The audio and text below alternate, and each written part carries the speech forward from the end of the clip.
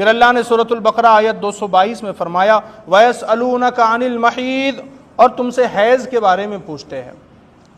صحابہ کرام نے حیض کے بارے میں پوچھا، عورتوں کے جو مخصوص ایام ہوتے اس کے بارے میں، تو اللہ نے فرمایا قُلْ هُوَ أَذًى فَاعْتَزِلُوا النِّسَاءَ فِي الْمَحِيضِ وَلَا تَقْرَبُوهُنَّ حَتَّى يَطْهُرْنَ، تم فرماؤ وہ ناپاکی ہے تو حیض کے دنوں میں عورتوں سے الگ رہو اور ان کے قریب نہ جاؤ جب تک پاک نہ ہو جائے۔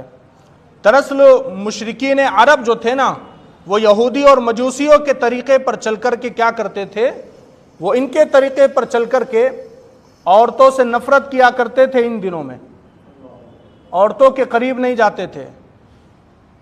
جب ان کے مخصوص ایام ہوتے ہیں تو وہ عورتوں کے ہاتھ کا پانی بھی پینا پسند نہیں کرتے تھے، عورت کے ہاتھ کو لگا ہوا کوئی سامان بھی اپنے ہاتھ میں نہیں لیتے، مطلب غلیظ سمجھتے تھے، نفرت کرتے تھے۔ اور اس کے مقابلے میں عیسائی لوگ، وہ عیسائی کیا کرتے تھے، وہ حد سے زیادہ عورتوں سے قریب ہو جایا کرتے تھے۔ ان دنوں میں اللہ نے ہم بستری کرنے سے منع کیا ہے عورتوں کے ساتھ، عیسائی لوگ حد سے زیادہ ہم بستری کیا کرتے تھے۔ ایک قوم تھی وہ نفرت کرتی تھی، ایک قوم تھی وہ اور زیادہ وہ کام کرتی تھی۔ تو اللہ نے دونوں کو کہہ دیا کہ یہ ناپاکی کے دن ہیں، کہ ان دنوں میں ان کے قریب مت جانا۔ قریب جانے سے مراد ہم بستری نہیں کرنا، ورنہ تم ان کے ساتھ بیٹھ سکتے ہو، کھا سکتے ہو، پانی پی سکتے ہو۔ اور یہ جو عورتوں کے مخصوص ایام ہوتے ہیں حیض کے، ان ایاموں میں عورتوں کے لیے ساری چیزیں معاف ہیں، روزہ ہو، نماز ہو، حج ہو، حج ہو، اس کے علاوہ عبادتیں ہو، ساری چیزیں ان کے لیے معاف ہیں، سوائے رمضان کے روزوں کے کسی چیز کی ان پر قضا نہیں ہے۔ نماز ان کی اگر ان دنوں میں چھوٹ جاتی ہے، قضا نہیں ہے ان پر، ادا نہیں کریں گے وہ واپس۔ ہاں اگر رمضان کے روزوں میں اگر ہوتا ہے معاملہ تو پھر وہ رمضان کے روزے دہرائیں گے، مطلب قضا کریں گے۔ تو اللہ نے آگے فرمایا فَإِذَا تَطَهَّرْنَ فَأْتُوهُنَّ مِنْ حَيْثُ أَمَرَكُمُ اللَّهُ، پھر جب خوب پاک ہو جائے تو ان کے پاس وہاں سے جاؤ جہاں سے تمہیں اللہ نے حکم دیا۔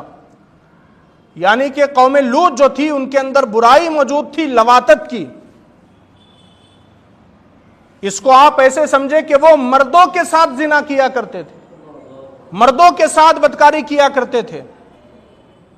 تو اللہ نے فرمایا کہ اب جب وہ پاک ہو جائے تو وہاں سے جاؤ جہاں سے جانے کا اللہ نے حکم دیا، یعنی قوم لوط کی طرح لواطت کا گناہ تم اپنی بیوی کے ساتھ نہیں کرنا، وہ بدکاری نہیں کرنا جو جانور کرتے ہیں، اللہ نے حکم دیا۔ پھر کہا ان اللہ یحب التوابین ویحب المتطہرین، بے شک اللہ بہت توبہ کرنے والوں سے محبت فرماتا ہے اور خوب صاف ستھرے رہنے والوں کو پسند فرماتا ہے۔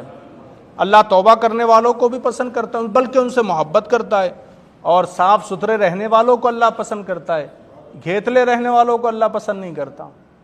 صاف ستھرے رہو، ایسے رہو کہ کوئی تمہارے پاس آ جائے اس کو تم سے بات کرنے میں گھن نہیں ہونی چاہیے، بلکہ اس کو اور شوق بڑھنا چاہیے تم سے بات کرنے میں۔